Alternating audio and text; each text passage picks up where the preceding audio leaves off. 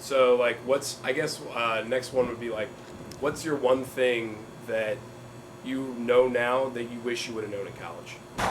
It's not one thing. Oh, just go then. Just go. All right. What do I know now that I wish I knew? There are two big things. I learned most of these two things in law school. The two big things I wish I understood were.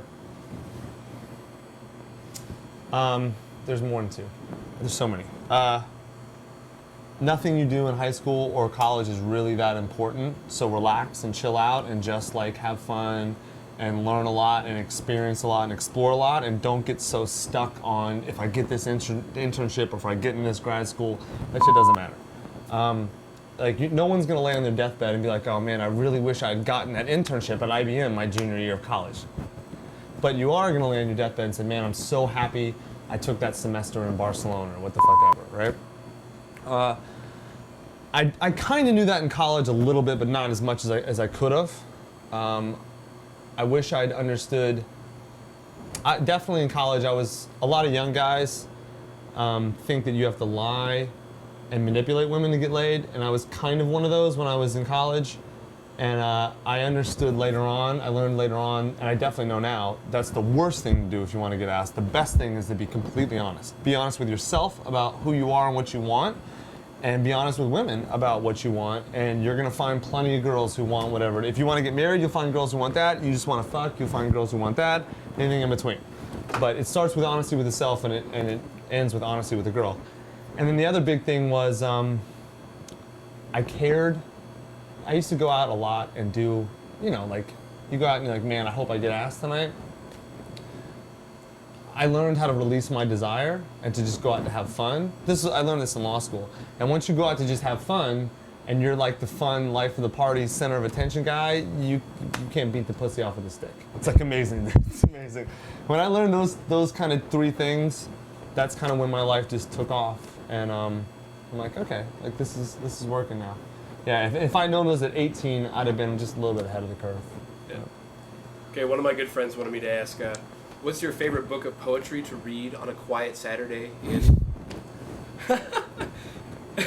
I think right now the best poets working in America are rappers. So I think RZA, I think Common. I mean, there's a couple guys who, when you actually read Eminem, when you read their fucking rhymes, you're like, this guy is fucking brilliant, and this is amazing wordsmithing and whatever. So I would say Eminem's last book, where he puts a lot of his rhymes, whatever. I'll take that, because I'm gonna call him a poet. All right, yeah. So what was the next question? Oh, that was it. Well, yeah, that was basically part of it. Was just kind of digging around. Right. But I still got a good answer out of that. Yeah, you did. I mean, I love Eminem. Who doesn't love Eminem? I mean, his stuff, his new album, brilliant. Recovery, He's a genius. So good. Yeah. Okay. So, what's your favorite word? Word? Word. Like, if you could pick one word, what's your favorite word? God.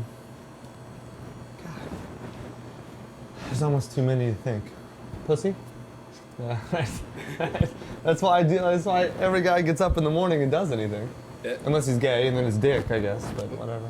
What's your least favorite word? Taxes. Dude, that's what you don't understand yet. You'll see once you. Well, I mean, you might not be a success, but if you are, you'll understand. Fuck, dude, I had to write such a big check last year. Ugh. But it's like, I don't want to complain. That's like a rich white person problem. Like, oh, poor me. I had to cut a big check to the government. It's like, shut the fuck up. Right. What's your favorite swear word? I mean, how can you pick anything but fuck? It's such a versatile. It's a versatile, rich, emphatic word.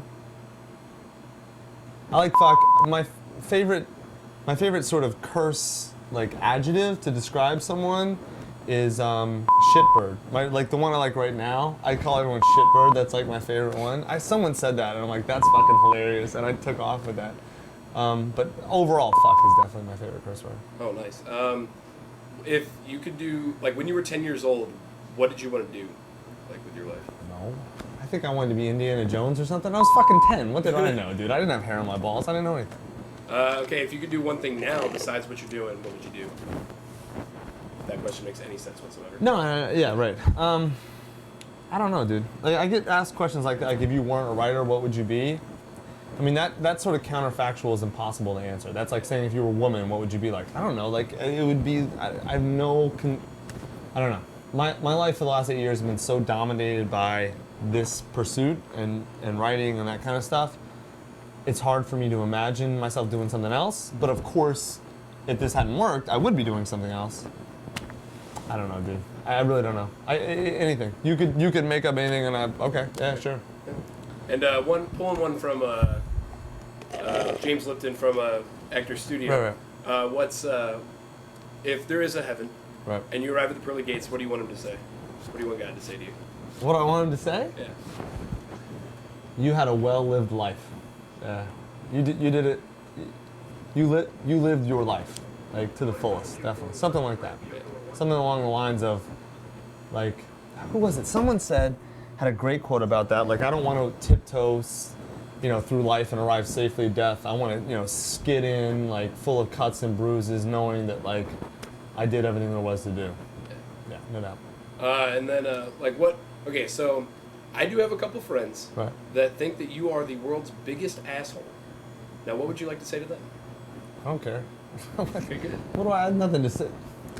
I mean, in a way, I almost feel like something's wrong with me. Like, I don't really give a shit about, like, the people who protest or hate, whatever. I feel like something must not be working in my brain, because, like, you're supposed to care. I don't give a fuck. Like, yeah. The people who pay for my books, I care a little bit about them. I want to make sure I deliver value, they like it, they buy the book, they're like, this was worth the money I spent.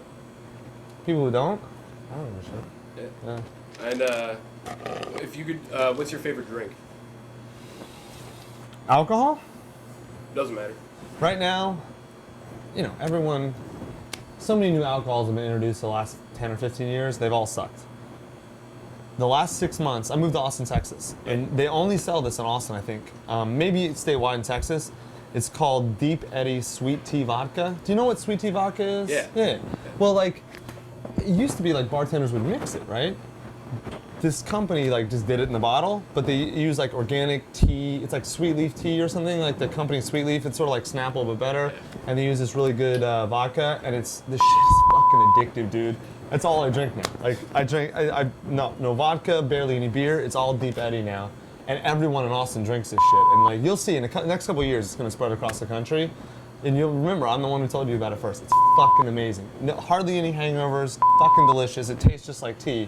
It's awesome. You'll see. Lastly, what was the biggest thing that's happened to you so far on the tour? What do you think?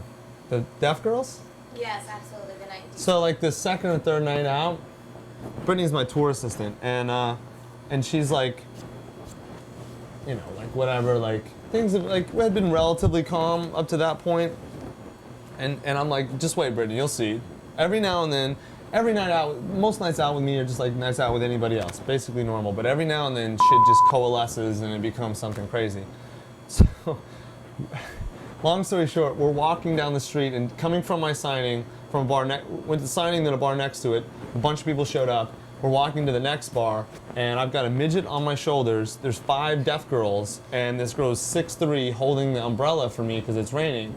And Brittany looks at me and she's like, now I understand. Like, what the fuck? Like, where are we? And I'm like, I don't know. This is like, what do you want? Like, because I took a little ASL in college, so the deaf girls show up and they're all freaked out because I knew ASL and they love me and they want to hang out. And then you know how it is, like the Pied Piper of nut jobs for me.